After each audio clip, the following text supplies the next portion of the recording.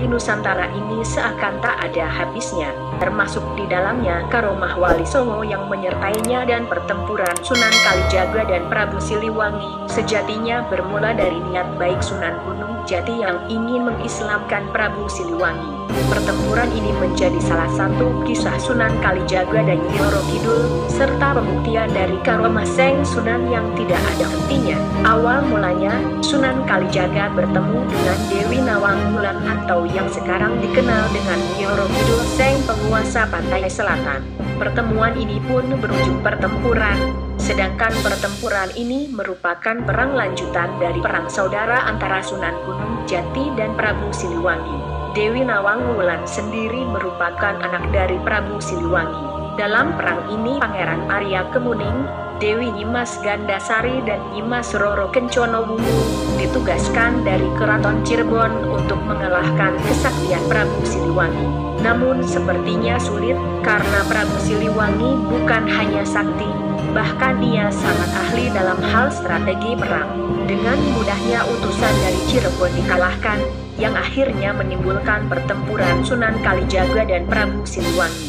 Namun nahas, ternyata Sunan Kalijaga pun tak bisa mengalahkan Prabu Siliwangi. Berkat karomah Sunan Kalijaga, dengan berdoa kepada Allah saat tidak mendapatkan hasil, maka Sunan Kalijaga membawa Kanjeng Ratu Kidul untuk menghadap Sunan Gunung Jati.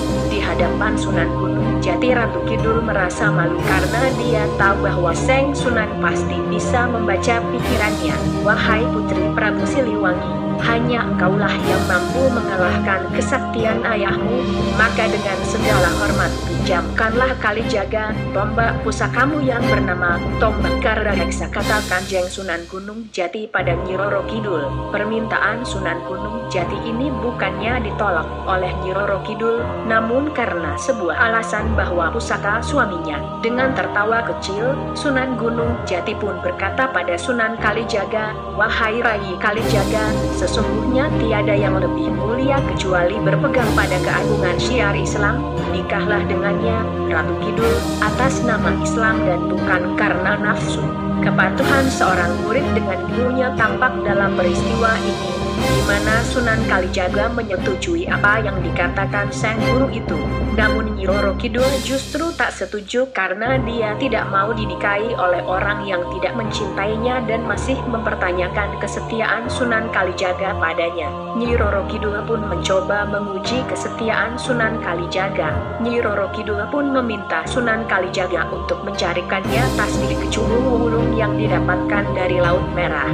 Dengan bertafakur, bermeditasi dan meminta petunjuk kepada Allah SWT, Sunan Kalijaga didatangi tiga sosok bangsa lelembut bernama Sang Hyang Contong, Seng Ratu Sanggah Wisesa dan Sihwalikan. Sesampainya di pinggir Laut Merah, keempat orang yang datang tadi langsung disambut pendamping Ratu Balkis dari bangsa siluman.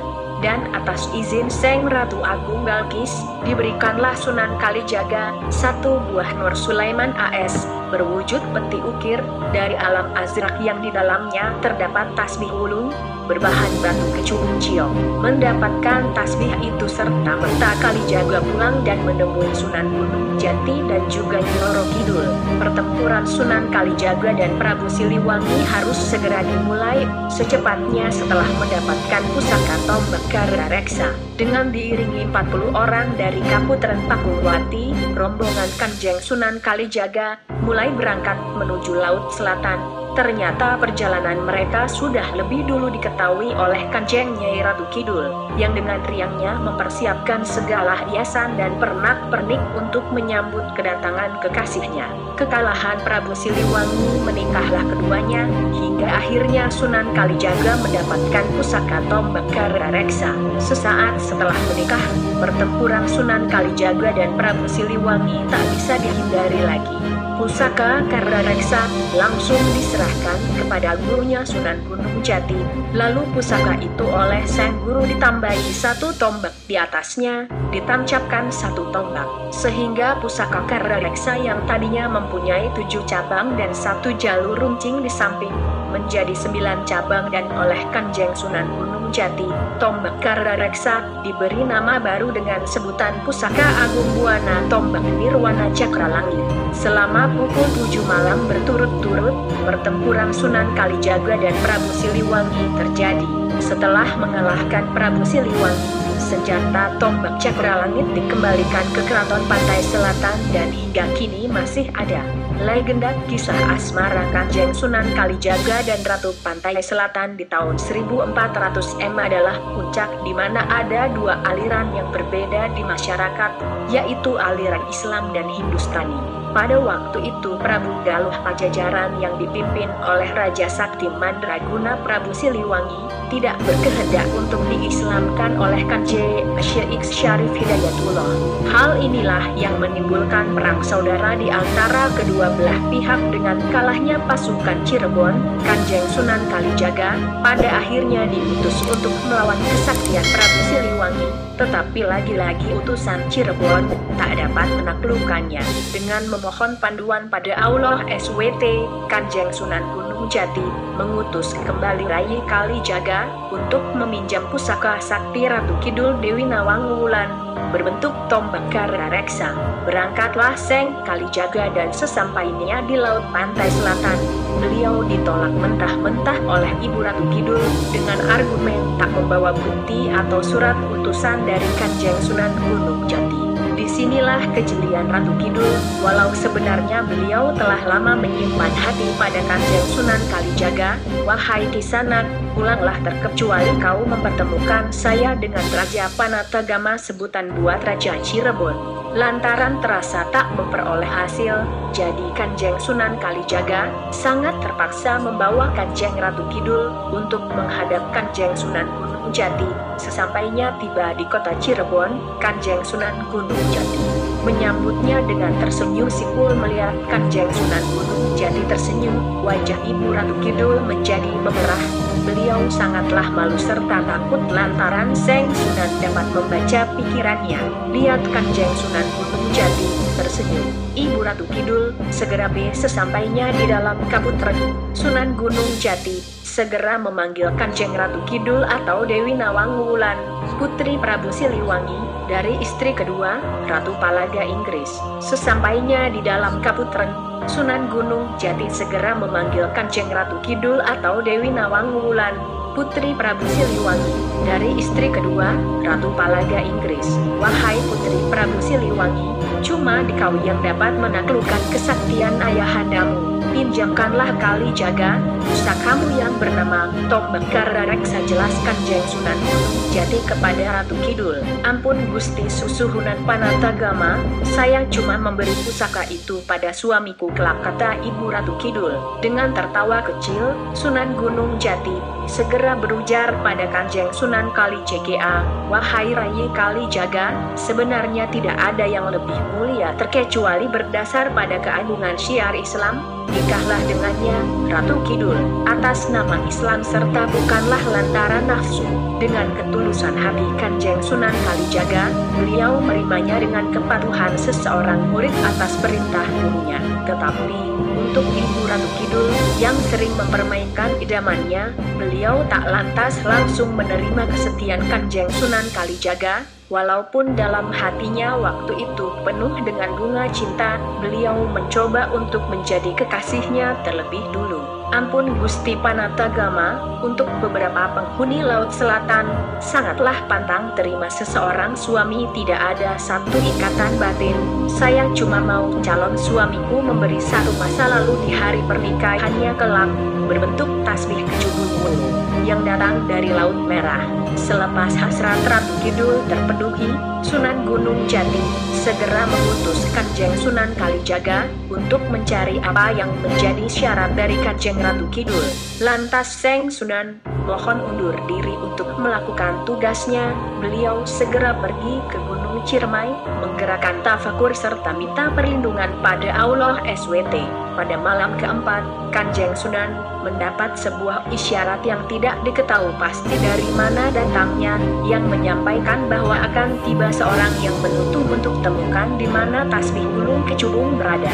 Atas izin Allah, siang harinya 3 sosok manusia yang datang dari bangsa lelembut bernama Sang Hyang Sondong, Seng Ratu Sanggah Wisesa serta si Walikat datang menghampirinya. Ketiganya segera mengungkapkan kemauan baik mereka untuk menolong Seng Sunan dalam pencarian tasbih Gunung Kecubung.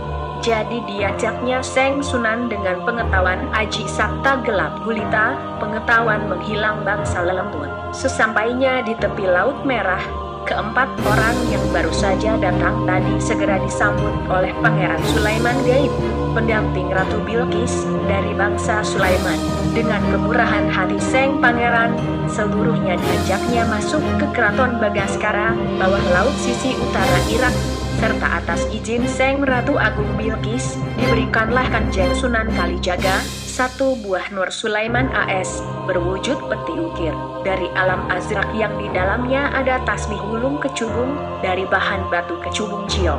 Faedahnya juga sebagai fasilitas pemuka aura paling cepat, ketenangan, harisma, wibawa, penakluk serta mahabbah paling tokcer yang banyak disenangi khalayak umum ataupun pribadi. Dengan kesuksesan ini pada akhirnya Kanjeng Sunan Kalijaga pamit pulang serta segera menjumpai gurunya Kanjeng Syarif Hidayatullah atau Sunan Gunung Jati.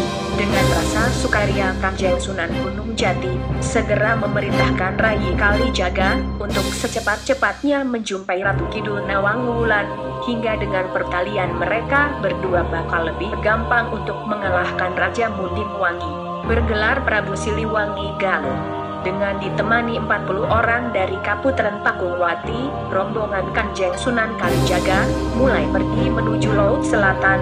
Nyatanya perjalanan mereka telah lebih dahulu diketahui oleh Kanjeng Ibu Ratu Kidul, yang dengan riangnya menyiapkan semua hiasan serta pernak-pernik untuk menyongsong kehadiran kekasihnya. Sesudah kedua kekasih resmi jadi sepasang suami istri, jadi diserahkannya pusaka penakuk Karda Reksa yang sampai kini jadi sisi dari pusaka wahid Keraton Bangsa Besik Laut. Serta sesudah seluruhnya selesai, Seng Sunan segera izin pamit untuk menunaikan pekerjaan mulia menaklukkan Prabu Siliwangi. Pusaka Karda Reksa segera diserahkan pada gurunya Kanjeng Sunan Gunung Jati. Lantas pusaka itu oleh sang guru diberi tambahan 1 tombak di atasnya, ditancapkan 1 tongkat, hingga pusaka Karda Reksa yang semula memiliki 7 cabang serta 1 jalur runcing di samping, jadi 9 cabang serta oleh Kanjeng Sunan Gunung Jati. Tombak Karda Reksa dinamakan baru dengan sebutan Pusaka Agung Buana Tombak Nirwana Cakra Langit. Dengan pusaka Cakra Langit, pada akhirnya Prabu Siliwangi dapat ditaklukkannya lewat perang tanding sepanjang pukul 7 malam berturut-turut, serta tombak Cakra Langit sendiri pada akhirnya dimuseumkan kembali di Keraton Laut Pantai Selatan. Lantaran ilmu-ilmu dan kemampuan pribadi yang dimiliki itu, akhirnya Sunan Kalijaga termasuk salah seorang anggota kelompok Wali Songo atau Wali 9 yang bergerak di bawah pengaturan kekuasaan Sultan Patah di Demak. Beliau ditugaskan oleh kelompok Wali Songo ini untuk menggarap masyarakat di daerah-daerah pedalaman yang kondisinya sangat rawan karena perilaku kehidupan mereka yang sangat tidak terpuji. Misalnya di daerah yang sering terjadi pencurian dan pembunuhan, di daerah yang masyarakatnya suka berjudi, meminum minuman keras dan lain sebagainya.